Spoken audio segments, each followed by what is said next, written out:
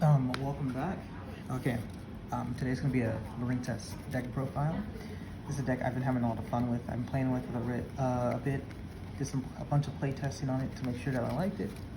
It's pretty good, pretty consistent. Has some linear lines, which if your opponent knows what they are doing, can play around. But overall, I think the deck's pretty strong. A lot of people have been talking about it recently, so I did some research and I actually like it. I see why they like it. Anyway, so here's the deck profile. This is the deck that I've been using and seeing some success with. And I'll go ahead and just start. First you play 3 Blue Tang. Blue Tang's insane. She's basically foolish burial, so she can dump a Marincess when she's a normal or special. And if she's in the grave and, you know, doesn't do anything in the grave, but when she's sent for a link summon, she can actually excavate the top 3 cards of your deck and add a Marincess card. This is really good if you're just trying to extend or if you feel like you worked it a little too hard and you need some other Marincess cards. I wouldn't play anything less than 3. She's insane, so Blue Tang's just necessary. Next up, 3 Seahorse. You have to play 3 Seahorse. She's basically the 1 card starter. If you just have Seahorse and no other extensions, you can actually go all the way up to a link 4 just off Seahorse. So I feel like you kind of need to play Seahorse at 3. She's really good. She combos well with Blue Tang because Blue Tang can dump her, and then she can you can add her back off the Blue Slug. So I feel like Seahorse is just really instrumental to part of your combos. It's really good to play 3 of. The next 3 of is going to be Spring Girl. Spring Girl's really good. She can banish waters from the grave to special summon herself, which is really good for banishing waters because there's one of the possible boss monsters that you can go into that gets plus off of that. Also, if she's sent to the grave, you can actually send cards from top of your deck equal to the number of Marincess monsters, and if Marincess cards are sent, you can actually do 200 damage for each. That doesn't come up too much, but the fact that she's really easy to get out on the board and the potential burn is always really nice just to have. So you want to play 3 Spring Girl. Next up, 2 Pascalis. Pascalis is pretty great. If you have her in hand, you can normal summon her. She can bring out a Marincess with her. I've thought about playing 3, and you probably could. I only play 2 just because so far it's been working for me, but you can actually bump this up to 3, and I can see it being insane.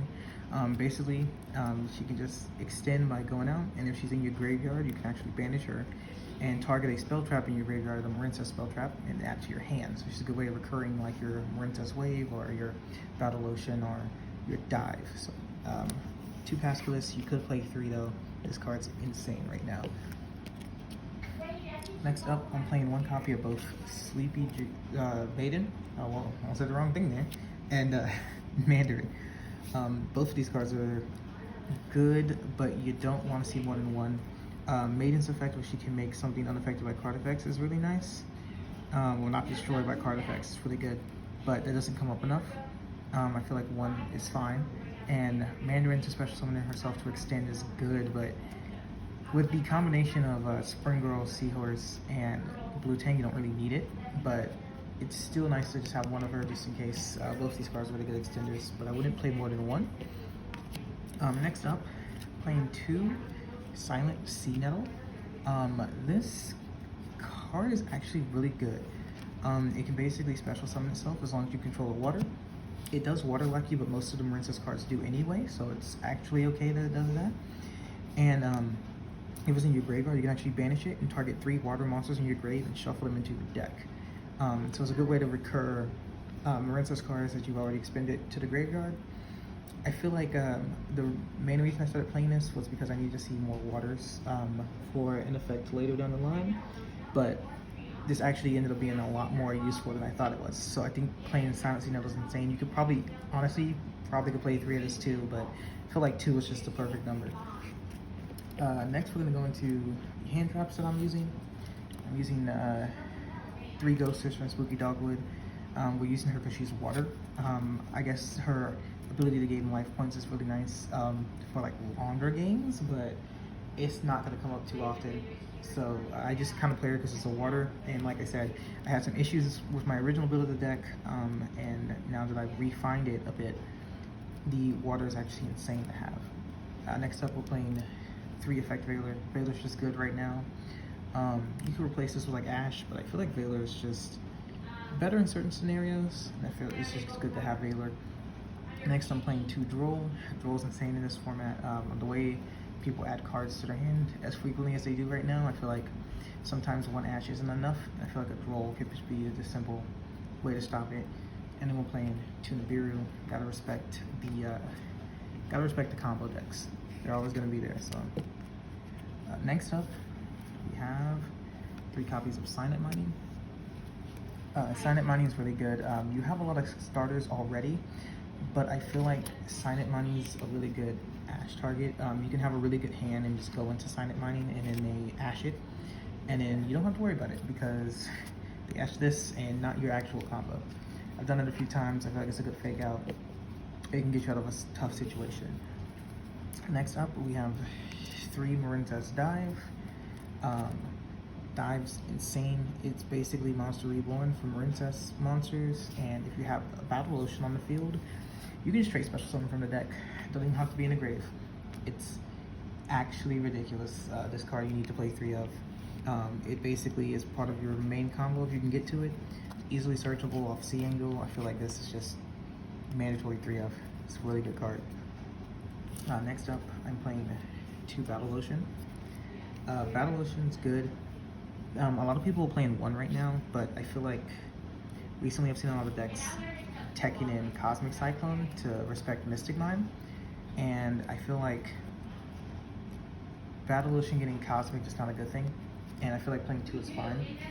Also playing 2, sometimes I get into my opening hand versus where I would in as 1, and if you get in your opening hand, Dive then becomes slightly better because you can special out the deck versus having to use this graveyard effect. And you also don't have to search Ocean off Sea Angel. You can use it to search Dive if you haven't used Dive at that point in your combo. I feel like playing 2 is fine. I wouldn't play 3 of this, just 2 or 1 is what I would say, but I've been getting a lot of success with 2, so I say 2 of the Battle Oceans. 1 called by, we know why it's in here, it's to stop hand traps. 1 Reborn, it's Monster Reborn, so I mean, there's not much I can really say about it. 1 Cosmic Cyclone, because to respect the Mystic Mine. You don't want to get caught getting hit with the Mystic Mine. 1 Wave. I was originally playing more than 1 wave, but a man once said that if you search the wave, you're winning the game. So playing just 1. However, you can bump this up to 2 if you don't feel comfortable playing 1. And then 3 copies of Infinite Permanence. Just standard good card. Lock your opponent down if you're going second. So that's gonna be it for the main deck. It's pretty consistent. The side deck's a little less lenient when I'm to play. I feel like it's mandatory in the side deck play 2 Blue Slug. Blue Slug's only how you start your combo. If you you basically summon the Marincess, Blue Slug it, and then add it back to hand. So this is pretty great. It does waterlock you, but I mean, the whole deck's water. It doesn't really come up that it waterlocks you. Next, you play 2 Sea Angel. Sea Angel's how you're gonna search your Marincess spell traps, or the spells, my bad, not the traps. And so this is gonna be how you normally can get to Ocean, or if you already have Ocean, you can get to Dive. Just depends on your game plan, but Sea Angel, I say play 2 of, just so you can go into your second rotation. The only issue I have with Sea Angel and Blue Slug is they can only be linked summoned once, but I mean, that's fine. I feel like playing 2 and 2 is perfect. You want to play 2 Cold Enemy. Cold Enemy is insane. Basically, whenever you link summon her, you can target a water monster with 1500 less attack and special summon it to a zone that it points to. And I mean, basically, you can, when you link summon into her as a link 2, she can make a link 3. So I feel like it's really good to have 2 Coral Enemy just to help extend further down the line. We're also playing Marincess Crystal Heart. Crystal Heart is good specifically in tandem with Battle Ocean, because if Battle Ocean says if you have Crystal Heart equipped it, then they're unaffected by card effects, which can come up. But you only want to play 1 because sometimes you don't even go into it in your normal route, your normal rotation. So I feel like just 1 is fine. You also want to play 1 Marbled Rock. Marbled Rock is fine. She can basically recycle your Marincess link monsters or your main deck monsters by returning them to hand. She's good. You don't normally go into her, but she can be really useful, especially in long grind games. Next, we play one Coral Triangle. This is how you're going to get access to your wave. If you don't open your one copy of wave, which, let's be honest, probably not going to, she can discard water monsters and get you a wave. That's actually why we're playing Spooky Dogwood and Sea Nettle. It's because I used to play Ghost Hornet, and I also had one extra Droll and one extra Nibiru, but that's 5 less water monsters I was playing, and so this would never get to trigger because I never have a water monster to discard. But that's why we're playing those, so we can actually use Coral Triangle, so it's pretty good.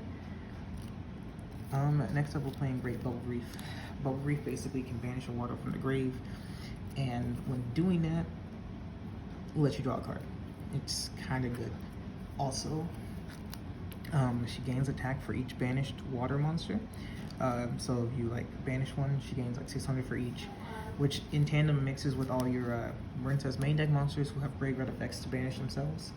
So Bubble Reef can get pretty high, especially if you equip monsters onto her with Battle Ocean. I was in the game the other day. It took, it was like turn 7 or something, and I ended up getting her up to 78 and just swaying for game because by then it was just pointless. Next we play one copy of Wonderheart. Wonderheart doesn't really come up, but every once in a while it can. Basically, if it battles a monster, you can special summon one of the Marincess cards equipped to it, and that card can't be destroyed by battle. So you can save monsters that you don't want to get destroyed by battle with Wonderheart's effect, but like I said, it doesn't come up much. It's more just in here as a flex option. And last but not least, we are playing, of course, one copy of Aqua Argonaut. Argonaut is almost an omni-negate. She's a spell trap negate, and I think she can negate effects that activate on the field, so I think she can negate monster effects. Regardless, I just mainly use her as a spell trap negate. That's why we play 3 Infirm. And she's insane. She's really good. Like, she gets really high. It's not once per turn on her negation, so you can negate up to as many equipped Marincess monsters. You can equip 3 with Battle Ocean. I think one of these other ones has a graveyard effect to banish and equip one from the grave to her, so you can have up to 4 negates per turn, basically, which is insane. Aqua Argonaut's kind of crazy. Next, we'll play in the Bahamas Shark and Toad package. Sometimes you make Bahamas Shark and go into Toad, get an extra negate on the field, is pretty nice. And last up, we're playing one Splash Mage. Splash Mage only comes up in longer games, but it is nice to go Splash Mage to revive a Cyberse and then go in straight into a Marbled Rock or something and just continue off there at that point. I feel like the extra deck here is really tight. There's not too many changes you can make. I've seen some people play like Transcode into Access. The only issue I have with that is a lot of your cards waterlock you, and Transcode Talker is Earth and Access is Dark, and I don't feel like it's ever really been an issue. I'm like, man, I wish I had access code in the situation, but that is an option I guess you can play. Some people also are playing number 4 Stealth Kraken. Stealth Kraken is kind of cracked, but I've never had the situation where I felt like I needed Stealth Kraken over Bahamas Shark or Toad, but if you don't have one of those options, Stealth Kraken can be really good. Also, another good one that you can play, I guess, would be Abyss Dweller. It is a water monster, so you get that little effect where you can actually, get the 500 attack. That'd be great. For the side deck right now, I'm just playing one Foolish, just in case I feel like I need an extra. 2 Dark Rulers, just in case. 2 more Cyclones, in case I'm fighting a back row heavy. A second wave, sometimes you want to side into a second wave because if you don't feel like your combos are getting you there fast enough, you can just side in the second wave and have a better chance to hit and end up with it. 2 D-Barriers to respect branded. We're playing 2 White Howling. White Howling's an interesting card. I'm kind of just testing it out right now. Basically, since all your Marincess cards are water, as long as you can control water, you can target one spell in your opponent's graveyard and banish it, and if you do, the rest of the turn, all spell effects don't work. So if you're going first, you can set White Howling, your opponent activates a spell card, flip it, banish that spell that they activated, and then the rest of the turn, no more spell cards. This can be really good if they start with like branded opening. They grab a Luber to Duber. You go ahead, White Howling branded opening, no branded fusion, no polymerization, nothing like that. They're gonna all be negated by White Howling, just because you have a water monster. And I feel like this is an interesting tech. I wanted to main deck it, but I think it's better in a side deck, just because I don't feel like every match is gonna matter. But it is an interesting card to look at. I'm playing the third Droll and third Nibiru just in case it comes up. And I'm playing Ghost Mourner Moonlit Chill just because I didn't have 3 to fill it up, and I just like this card. But that's really gonna be my list for it. I feel like this deck is insanely fun, insanely consistent. The cards are actually crazy when you think about it, and like, I've been having a lot of fun just play testing it, testing with friends, getting destroyed by certain decks, but you know, just overall I'm having a lot of fun with it. It's really powerful too. When I first built it, I wasn't expecting it to win as much as it does. It wins quite often. So this is a really powerful deck. It's on the cheaper side. A lot of the cards aren't too expensive. So it's something that a lot of budget players could probably get into, and it can definitely go around. I see a lot of people winning tournaments with it. So it's something interesting to do. But thanks for watching. I guess like the video if you enjoyed it, and let me know what deck profile I should do next. But this one was a lot of fun. I was very glad I got to build this deck. Anyone, thank you for letting me waste your time, and bye.